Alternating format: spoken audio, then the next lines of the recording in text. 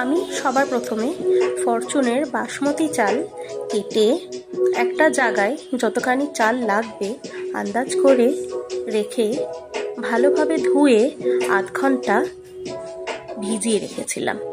তারপর হাঁড়িতে জল নিয়ে যা যা দরকার সব গরম মশলা দিয়ে একটু তেল দিয়ে আর লবণ দিয়ে জলটা ফুটে যাওয়ার পরে সেই ভেজানো বাসমতি চালটা ভালোভাবে 70% সেদ্ধ করে আলাদাভাবে রেখে ঠান্ডা করে নিয়েছি।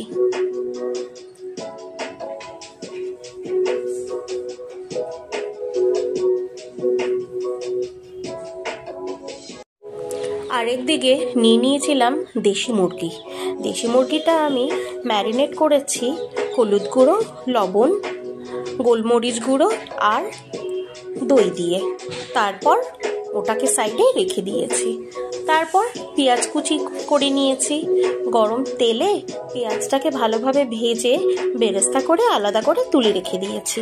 তারপর ওই একই তেলে যা যা দরকার গরম মশলা দিয়ে পেঁয়াজ, আদা, রসুন দিয়ে ভালোভাবে ভেজে নিলাম। যখন দেখলাম মশলাগুলো ভালোভাবে ভাজা হয়ে গেছে, তারপর সেই ম্যারিনেট করা মাংসগুলো কড়াইতে ঢেলে দিলাম। তারপর মাংসগুলো খুব ভালোভাবে আমি নেড়ে নিলাম। তারপর যা যা দরকার সব মশলা দিয়ে দিলাম, যেমন ধনে গুঁড়ো, জিরে গুঁড়ো, হলুদ গুঁড়ো, লঙ্কা গুঁড়ো সব দিয়ে ভালোভাবে মাংসটাকে আবার নেড়ে নিলাম।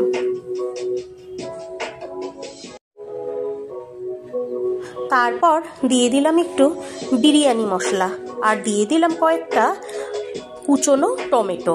তারপর মাংসটাকে আবার একটু ভালোভাবে সেদ্ধ করে বা কষিয়ে তার মধ্যে ঢেলে দিলাম যতটা দরকার জল আর কয়েকটা কেটে রাখা আলু। তারপর হলো সব থেকে আসল পদ্ধতিটা বা আসল প্রসেসটা। মাংসটা যখন মোটামুটি ভালোভাবেই সেদ্ধ হয়ে গেছে, প্রায় 90% সেদ্ধ হয়ে গেছে, তারপর ঠান্ডা করে রাখা বিরিয়ানি রাইসটা যেটা আমি সেদ্ধ করে নিয়েছিলাম ওটা ছড়িয়ে দিলাম। তারপর তার উপরে ছড়িয়ে দিলাম বিরিয়ানি মশলা। তার উপরে আরেক লেয়ার ভাত দিয়ে দিলাম। তারপর আরেক লেয়ার ভাত দিয়ে দেওয়ার পরে আবার দিয়ে দিলাম বিরিয়ানি মশলা। ভালোভাবে ছড়াতে হবে। বিরিয়ানি মশলাটা ছড়িয়ে নেওয়ার পরে দিয়ে দিলাম একটা মিশ্রণ, দুধের মিশ্রণ, যেখানে আমি দিয়েছিলাম গোলাপ জল, কেওড়া জল আর জাফরান একটু দুধে মিশিয়ে রেখেছিলাম, সেই মিশ্রণটাই আমি ঢেলে দিলাম। তারপর আগের থেকে ভেজে রাখা বেরেস্তাগুলো ছড়িয়ে দিলাম। আর তারপরে ঘি দিতে হবে। ঘিটা মন খুলে দিতে হবে, যতটা ইচ্ছে ততটাই দিতে পারেন। আমি মন খুলে ঘি দিয়েছি, আপনাদের যত ইচ্ছা আপনারাও ততটাই দিতে পারেন। বাস হয়ে গেল আর কি। তারপর ওপর থেকে ঢাকনাটা চেপে বসিয়ে দিতে হবে স্লো ফ্লেমে। খুব আস্তে করে আমি বসিয়ে রেখেছিলাম 15 থেকে 20 মিনিট। তারপরে বাস আর কি, বিরিয়ানি রেডি।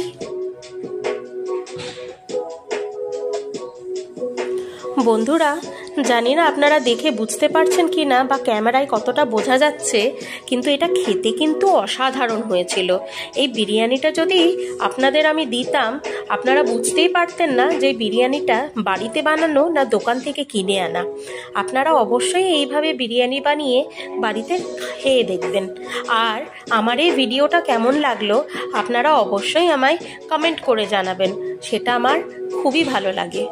আজ এই অবধি, আবার দেখা হচ্ছে বা কথা হচ্ছে পরের ভিডিওতে। ভালো থাকবেন, সুস্থ থাকবেন।